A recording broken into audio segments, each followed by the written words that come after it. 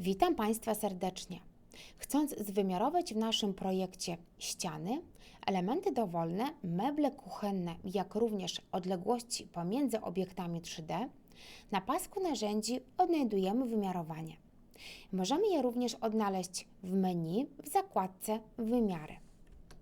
Skorzystamy w pierwszej kolejności z wymiarowania liniowego i za pomocą przyciągania do punktu końcowego zmierzymy szerokość szafki kuchennej.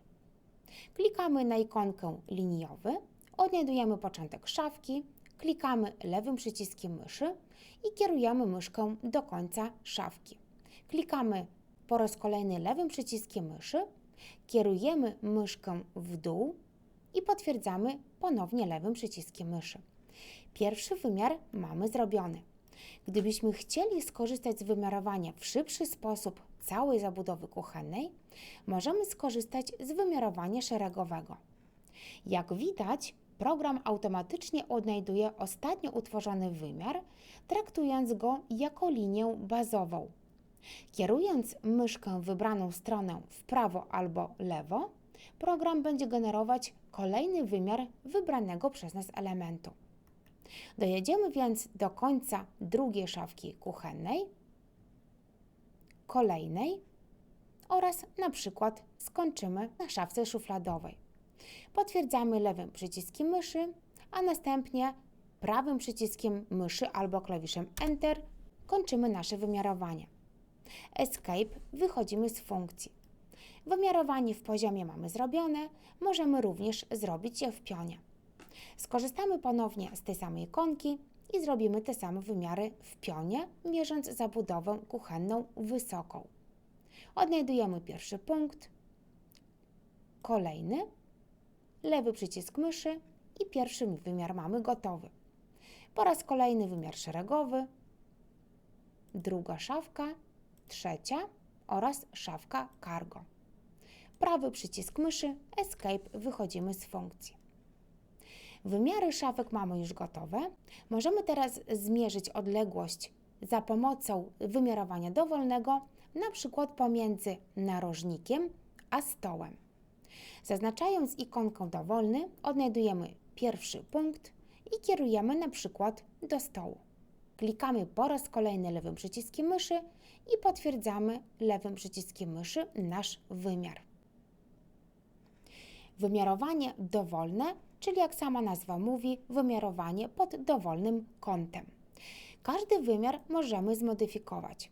Najeżdżając na kwadracik w środku, klikamy lewym przyciskiem myszy i możemy obniżyć lub przesunąć w górę nasz wymiar.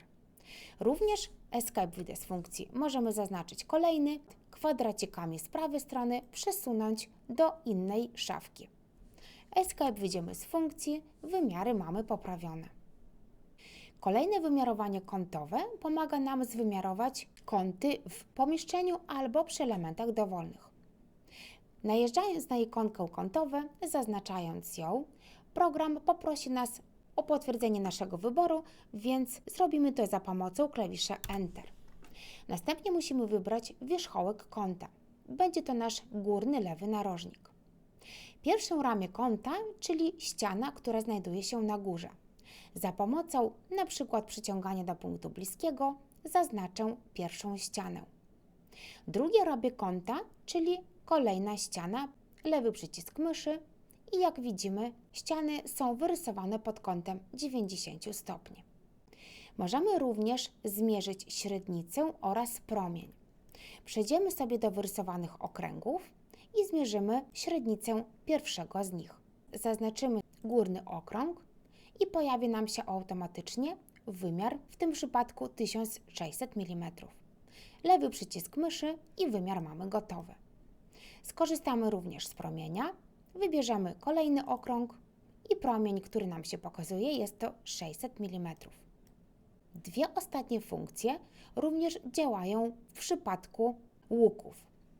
Skorzystamy ponownie ze średnicy, zaznaczymy nasz łuk i jak widzimy, średnica wynosi ponad 2000 mm. Jeżeli chodzi o promień, po raz kolejny zaznaczamy lewym przyciskiem myszy i promień generuje się jako ponad 1000 mm.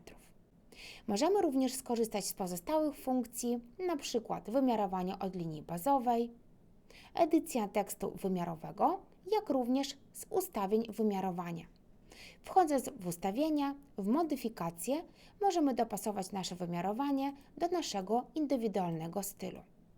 Wyjdziemy z okna, zamkniemy i pamiętajmy o tym, że wymiarowanie w środowisku 2D nie przenosi się do dokumentacji technicznej. Dziękuję Państwu za uwagę.